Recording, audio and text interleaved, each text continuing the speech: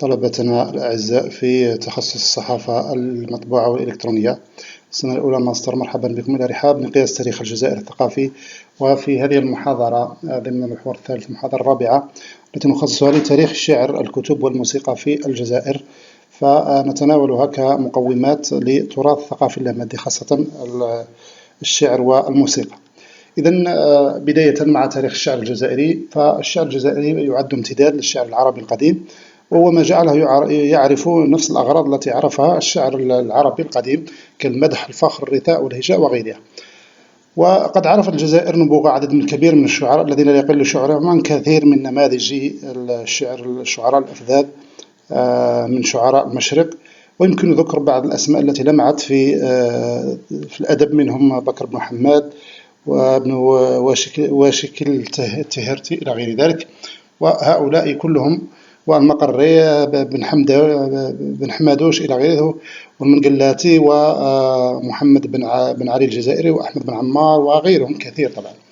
إذن الآن هذه في الفترة قبل الاحتلال. الآن في فترة الاحتلال الفرنسي للجزائر ثبت تطور الحركة الشعرية كما يذكر الكثير من الباحثين بالاستعمار الفرنسي، حيث ألهمت الأوضاع التي كان يعيشها البلد آنذاك قريحة الشعراء الجزائريين، فعبروا عن صورة الفرنسي من خلال وعي فني وفكري بدأ بسيطا متواضعا في ثلاثينيات القرن العشرين.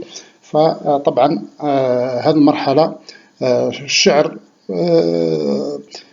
انطلق الشعر الجزائري كله وظف لغرض واحد، هو التوعية والنضال ضد الاستعمار الفرنسي وتوعية الشعب بموروثه الحضاري والثقافي إلى غير ذلك.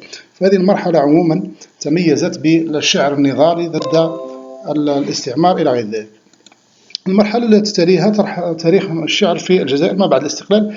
طبعا الساحة الأدبية شهدت بعض الركود بعد الاستقلال، وحيث تبنت الجزائر النظام الاشتراكي إلى غير ذلك، لكن سرعان ما كذلك ظهرت وانتعشت الساحة الثقافية، فظهر الكثير من الشعراء مع على رأسهم الأديب أبو القاسم سعد الله، محمد مصايف، عبد الله الركيبي، أبو العيد دودو، عبد الملك مرتضى إلى غيرهم. هؤلاء كلهم كتبوا في الأغراض الشعرية وكتبوا فيما بعد كذلك ظهرت بعض الشعراء إلى غير ذلك، وازدهر الشعر فيما بعد ونما. والجزائر غنية كباقي المناطق العربية بالشعراء، خاصة حركة الشباب، الشعراء الشباب. وطبعا الشعر يواكب المشهد الثقافي ويواكب الحركية الثقافية ومختلف مجالات الحياة في الجزائر كغيره من الأغراض الأدبية.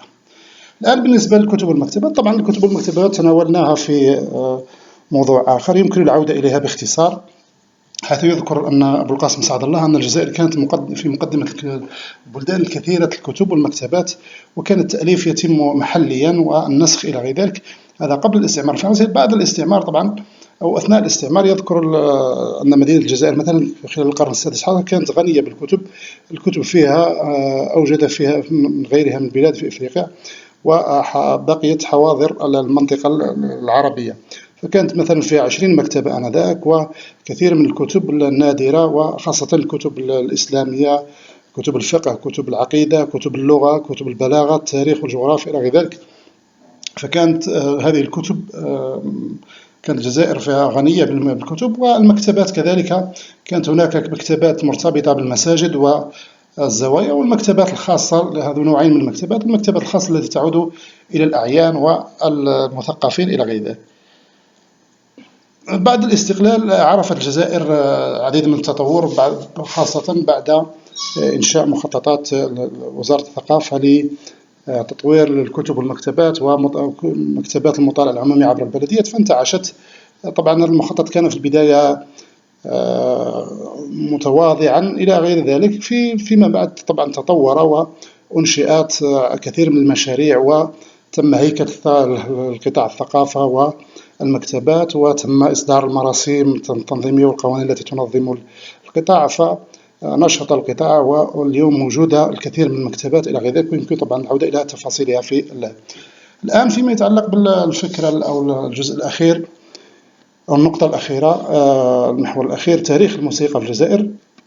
طبعا الموسيقى كذلك تناولناها في المحور الأول بقليل من التفاصيل، لكن يمكن العودة طبعا إليها، حيث تعود الجزائر أو تعد الجزائر من أغنى الدول العربية في التنوع الموسيقي، طبعا حديثا قديما وحديثا، إلى جانب تعدد الآلات الموسيقية، حيث تعود جذور الموسيقى في الجزائر حسب المؤرخين إلى حوالي 6000 سنة من الآن، إذ نجد في موقع مثلا المواقع الأثرية الموجودة في تمنراست وفي إليزي نجد رسومات تدل على أن الموسيقى والآلات الموسيقية رافقت الإنسان القديم في المنطقة، وبالتالي هذه الرسومات تدل على قدم الموسيقى في المنطقة وفي الجزائر عموما.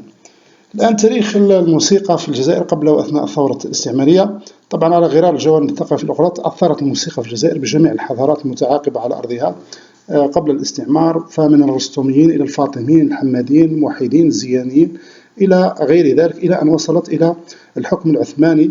فكانت الجزائر تمارس طبعا الموسيقى مع المحافظة على الموروث الكلاسيكي الموجود، الموروث الإسلامي، إلى أن طبعا جاءت الفترة العثمانية، فرغم علاقة الموسيقى فإنها تقوم على التراث العربي الأندلسي، ولكن أصولها طبعا تعود إلى المديح الديني، إلى القرآن الكريم، إلى الترانيم، إلى غير ذلك. فكذلك الجزائريين استعاروا الموسيقى من المشارقة، استعاروها من الأوروبيين إلى غير ذلك، وظهرت أنماط غنائية كالشعبي، البدوي، الصحراوي، القبائلي وغيرها. طبعا لاحقا طبعا الغناء كذلك يستعمله أهل كل منطقة في الغناء في المرافق لهذه الموسيقى لغاتهم المحلية التاريخية، مثلا عن أهل الأهاجار، الشاوية، القبائلية، المزابية إلى غير ذلك، طبعا حسب اللسان الذي تنتشر فيه. وظهرت هناك الكثير من الشيوخ ومن الموسيقيين ومن عازفي الموسيقى إلى غير ذلك في فترات مختلفة. طبعا يمكن العودة إلى تفاصيلها في سياق هذه المحاضرة. هذا طبعا خلال الفترة الاستعمارية أو قبل الفترة الاستعمارية. فخلال الفترة الاستعمارية ظهرت الموسيقى الشعبية النضالية التي تناضل كغيرها من الأنواع أو الضروب الأدبية والأنواع الأدبية، تناضل من أجل القضية الجزائرية. فتطورت الأغاني الشعبية خاصة الشعبي كوسيلة للتعبير عن الهوية الوطنية، وأبرز طبعا رواد الشعبي المعروف الحاج محمد العنقا الذي يعتبر أب الموسيقى الشعبية الجزائرية، وقد ركزت هذه الأغاني على القضايا الاجتماعية والوطنية، فتم طبعا هكذا الحفاظ على التراث الوطني وتم المحافظة على هوية الجزائر إلى غير ذلك. الآن الموسيقى بعد الجزائر أصبحت بعد الجزائر أو بعد الاستقلال أكثر تنوعا، مع التركيز طبعا على التراث وإعادة إحياء الأنماط التقليدية. وقد وصلت الأغاني الشعبية التعبير عن هموم المجتمع. ومع سنوات السبعينات ظهرت ما يعرف بموسيقى الراي، حيث بدأت موسيقى في الغرب الجزائري وهران إلى غير ذلك، وتأثرت بأنواع أخرى. الثمانين اكتسب الراي شهرة وأصبح عالميا، خاصة مع بعض الأمثال خالد والشاب مامي إلى غير ذلك. بالموازاة مع ذلك ازدهرت كذلك الموسيقى الصحراوية، ومع تطور التكنولوجيا طبعا ظهرت أنواع أخرى حديثة عصرية مثل الراب، مثل الهيب هوب، مثل الموسيقى الإلكترونية. طبعا كل هذا جعل الموسيقى الجزائرية الحديثة تستوحي بعدها من التراث التقليدي، لكنها تتجه في ذات الوقت إلى العالمية. ومع نفس الوقت بالموازاة مع ذلك حافظت الموسيقى الجزائرية على الأنماط القديمة مثل الصحراوي، مثل التارجي إلى غير ذلك. إذن هذا ملخص لأهم ما جاء في المحاضرة. نلتقي إن شاء الله في المحاضرة القادمة. هذه تحياتي، إلى اللقاء.